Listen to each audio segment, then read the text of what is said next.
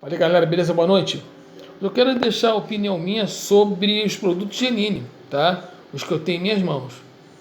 O Stratosonic, né, 1980, que foi todo feito serviço desde pintura, de acerto de corte no corpo, de blindagem, de acerto da posição da ponte, tanto em relação ao elemento da ponte, com relação a braços captadores, quanto em regulagem, para você poder fazer o ajuste de oitava entonação de forma correta, né? Nivelamento de traste por aí afora, quanto nos amplificadores valvulados, tá? Opiniões pessoais minhas, cada um tem a sua, né? Vou dar a minha. A nível de baixos, eu lembro que quando era garoto, moleque, na década de 80, né? A gente pegava certos baixos que a gente não conseguia afinar. A gente afinava e passava da 10ª casa para baixo, a gente começava a notar que a afinação não batia certa. E a gente afinava, tentava oitavar e tal, e não conseguia. Tempo depois foi se descobrir, né? Quando os luthiers começaram a ficar mais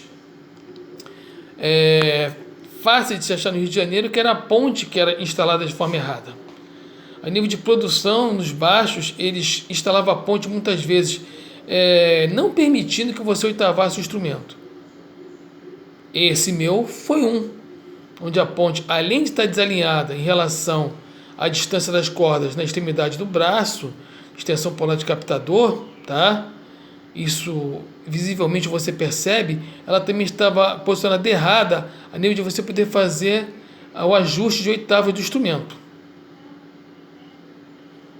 Isso é então um pecado, é um crime. O corpo com recortes errados, irregulares, a madeira colada, esse baixo era feito em 7, 8 pedaços de marapuá colados, eles não foram devidamente aplainados no processo de fabricação, então você vê as emendas de olho.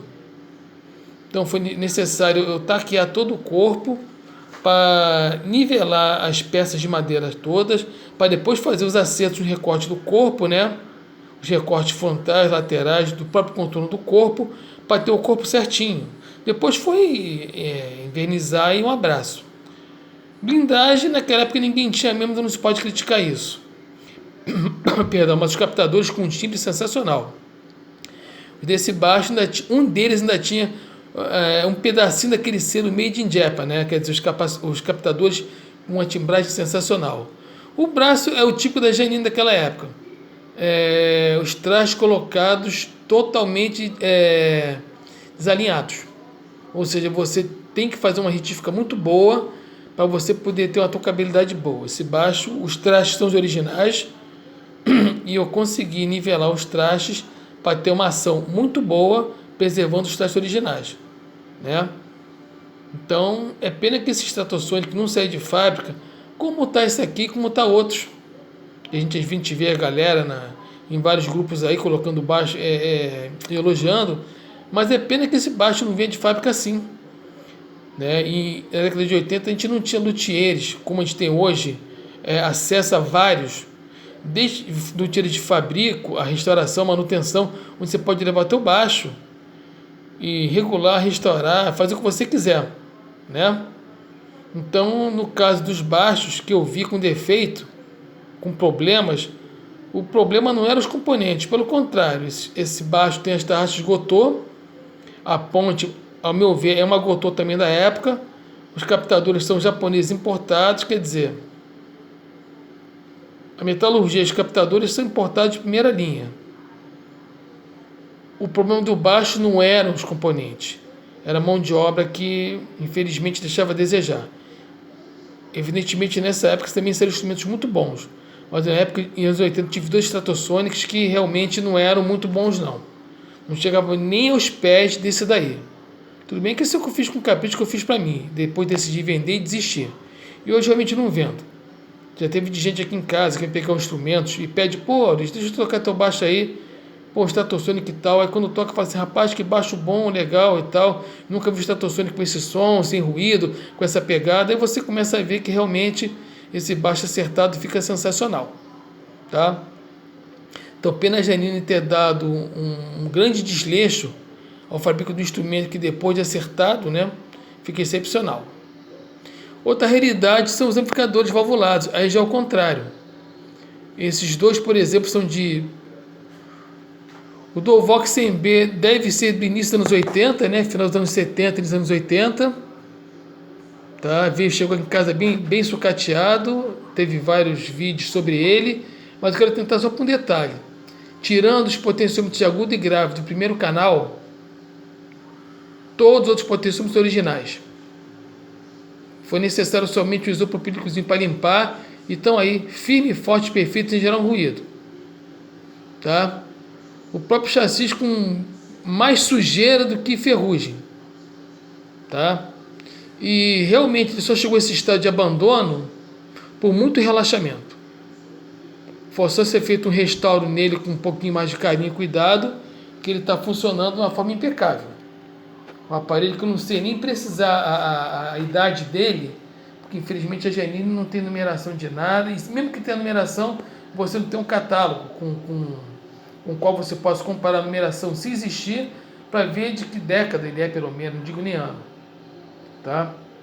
E o Thunderson é uma realidade bem diferente, ele estava tudo original. Tá? O gabinete era original, estava com problemas que ele foi recuperado, e o circuito era todo original. Tá? E citando as válvulas que não eram as originais, evidentemente, tá? Tudo no Thunderson em série original. Foi trocado os componentes da fonte, os capacitores deram problema, né? Já dava naquela época mesmo. E esse aparelho ficou parado há muito tempo, então os capacitores entraram em escape.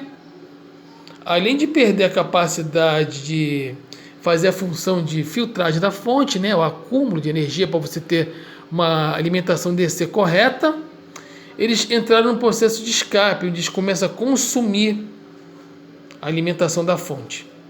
Então, você ligava o Thunderson, os resistores da fonte aqueciam, que os capacitores realmente entraram num semicurto. Né? Você aquecer resistores de 5 watts a ponto dele começar a não segurar a dissipação. Então, foi necessária a troca de todos os capacitores da fonte e o Thunderson ficou perfeito, impecável de novo. Aí no problema é que na década de 80 a gente tinha muito também, né? Os capacitores, devido à voltagem deles serem muito próximas às voltagens que a fonte gerava, com o passar do tempo eles davam esse problema.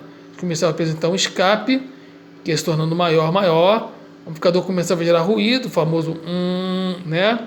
Ele perdia a capacidade de filtragem e começava a drenar, baixar a voltagem da fonte.